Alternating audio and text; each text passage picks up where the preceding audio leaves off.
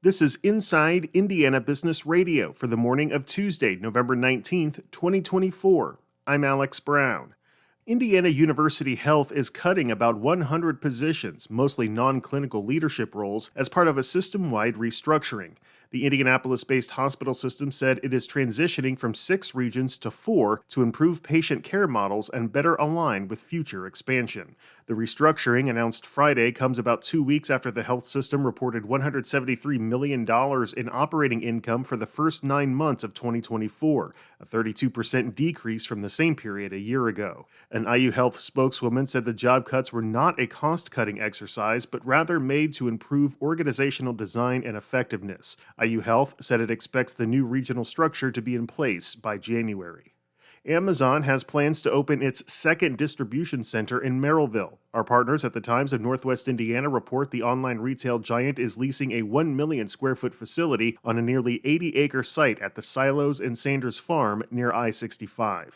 The $90 million building was developed by Dallas-based Crow Holdings, which said Amazon plans to use it as an inbound cross-dock facility and receive products from independent sellers that will then be shipped to Amazon fulfillment centers. At the start of the new year, the Grant County Family YMCA will have a new CEO. The organization this week announced Adam Myers will serve as its new leader beginning January 2nd, following an extensive search. According to the nonprofit's board, one of Myers' responsibilities will be to start up a new YMCA facility in Gas City. From the number one source for Indiana business news, this is Inside Indiana Business Radio. IBJ Media, Inside Indiana Business, and the Indiana Economic Development Corporation invite you to the Engage Indiana series, presented by CareSource, Indiana University, and Old National Bank. With an unrelenting focus on growing Indiana's economy, we'll dive into each region's unique challenges and distinct opportunities for growth. 9 regions, 1 goal. Indiana's bold future starts here. Discover more and register at ibj.com/engage. The Indiana Supreme Court has granted jurisdiction over a tax case in which a gaming company claims it doesn't need to include the value of out-of-state payments on its Indiana taxes.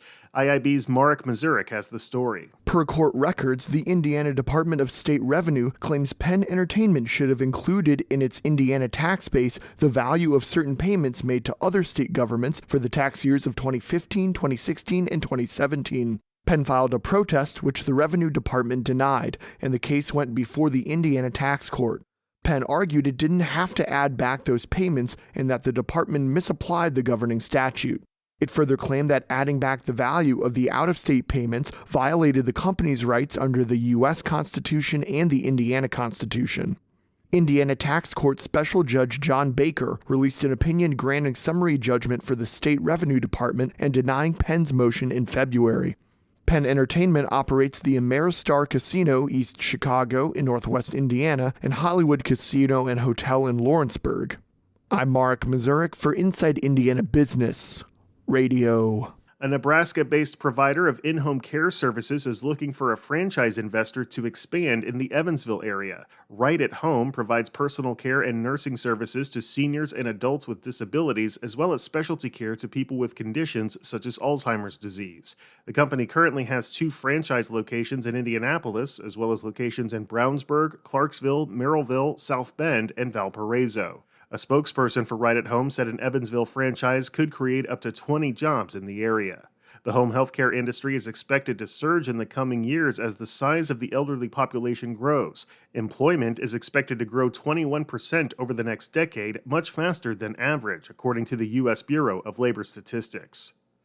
Paramount Schools of Excellence founder Tommy Reddix is this week's guest on the Business and Beyond podcast with Gary Dick, presented by PNC, a weekly conversation with high-profile Hoosiers in business, sports and entertainment, and beyond. Available now from your favorite podcast provider. I'm Alex Brown for Inside Indiana Business Radio On Demand.